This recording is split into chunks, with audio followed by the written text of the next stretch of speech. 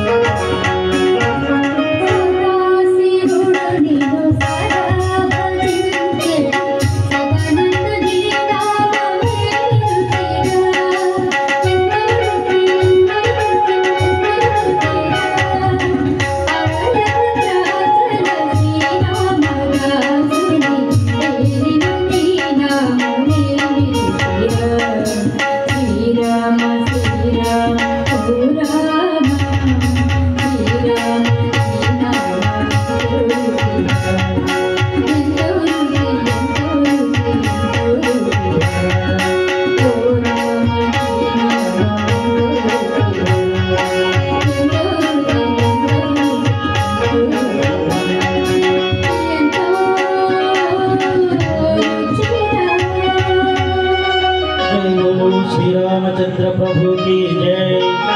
మరి నిజంగా కూడా మనకు కదలి ఖర్జూరాలు, కదలి అంటే అరటిపండు, ఖర్జూరం అంటే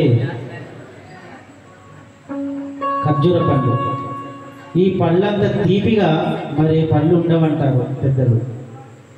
మరి ఆ పళ్ళ కంటే కూడా తీయనైనది రామనామం. ఒక్కసారి రామనామం ఇట్లా జపం చేస్తే వాల్మీకి ఋషిగా మారింది రామనామంతో.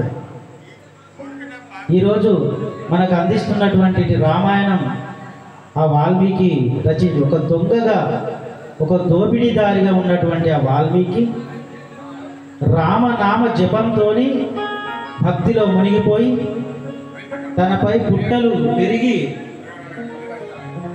ఉండి ఆ నామ జపం తర్వాత పుట్టలో నుండి బయటకు వచ్చాడు.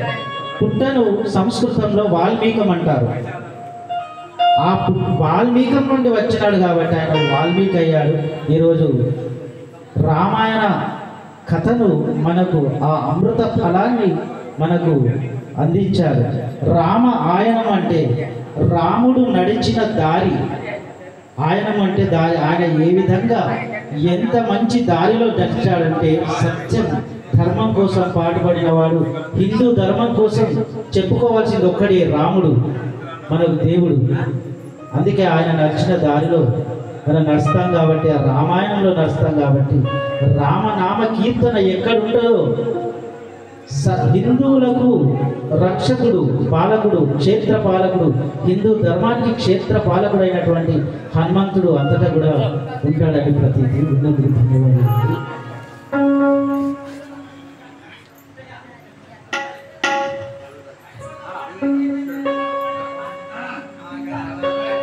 కృష్ణ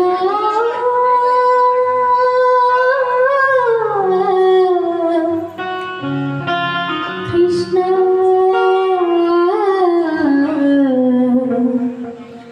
మురారి నందకిశోర సబరీకచోర నాదవిహార శ్రీధర నందకిశోర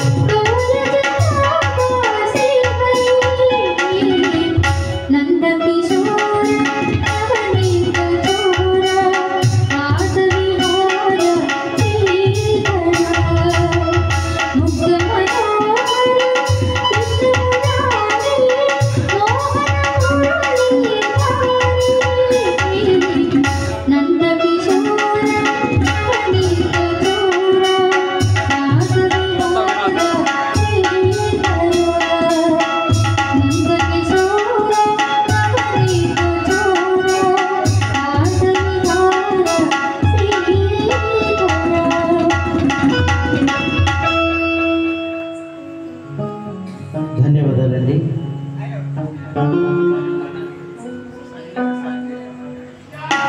మరి జ్ఞాన స్వరూపులైన ఆ అమ్మవారి గురించి ఒక చక్కనైనటువంటి పాట డాక్టర్ సి నారాయణ రెడ్డి గారు రచించారు. ఎస్పి బాలసుబ్రహ్మణ్యం గారు పాడిన పాట.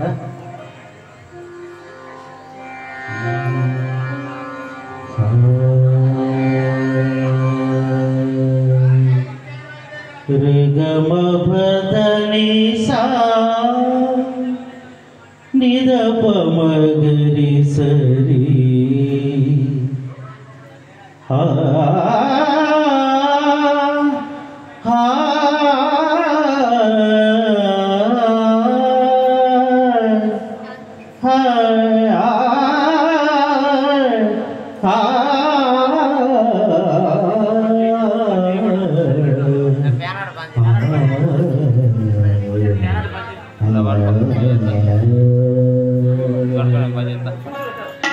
సంగీత సాహిత్య సమలంకృతి స్వరరాగ పదయోగ సమభూషితే సంగీత సాహిత్య సమలంకృతి స్వరరాగ పదయోగ సమభూషితే హే భారతి మనసా స్మరామి శ్రీ భారతి శిరసా నమామి సంగీత సాహిత్య సమలంకృతి